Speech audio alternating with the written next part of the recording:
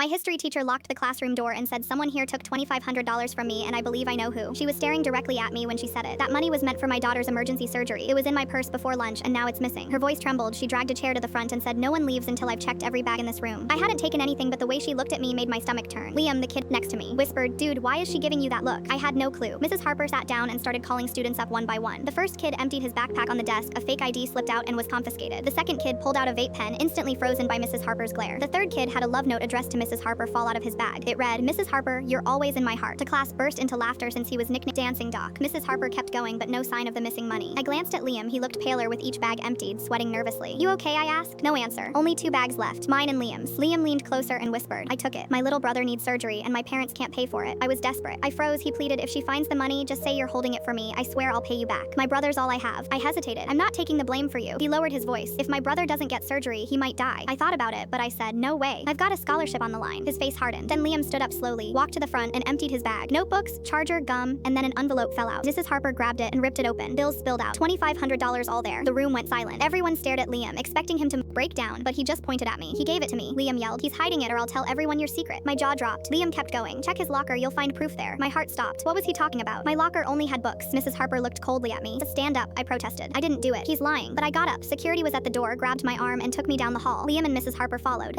I heard whispers and phone cameras clicking. Then I remembered Liam was near my locker earlier. My locker needed a code. But what if he knew it? We stopped in front of it. I entered the code, pulled the handle, and saw a small velvet box sitting on my books, one I'd never seen before. My jaw dropped. Mrs. Harper grabbed it and opened it immediately. Tears welled up in her eyes. This is my mother's ring, she said, crying. She passed away 2 years ago. This was all I had left. It disappeared from my desk last month. She looked at me like I was a criminal. Did you take this? She demanded. I stepped back. No, I've never seen it before. Well, Liam put it there. I turned to Liam. Why would you do that? He just smiled. Why frame you? We're friends. Then the principal arrived, and soon after, cops showed up talking about felony charges, criminal records, even juvie time. Liam sat across from me, looking like a disappointed parent. Why are you doing this? We were friends. I ate lunch with you every day. Why? It made no sense. Liam finally looked up, eyes empty. I didn't do anything. You did. Security footage was pulled up on the principal's computer. My last hope, but it was grainy and useless. I realized I was about to take the fall. Suddenly, the door burst open. A kid about 12 walked in. Liam's little brother. He was almost crying and holding a phone. He's lying. My brother's lying. Liam went pale. The boy showed the principal texts proving Liam had been stealing from lockers all year. He had a box under his bed with everything. AirPods, money, a watch. That's why Liam was framing me. He was scared of getting caught. Liam lunged for the phone, but cops grabbed him. The brother looked at me with relief.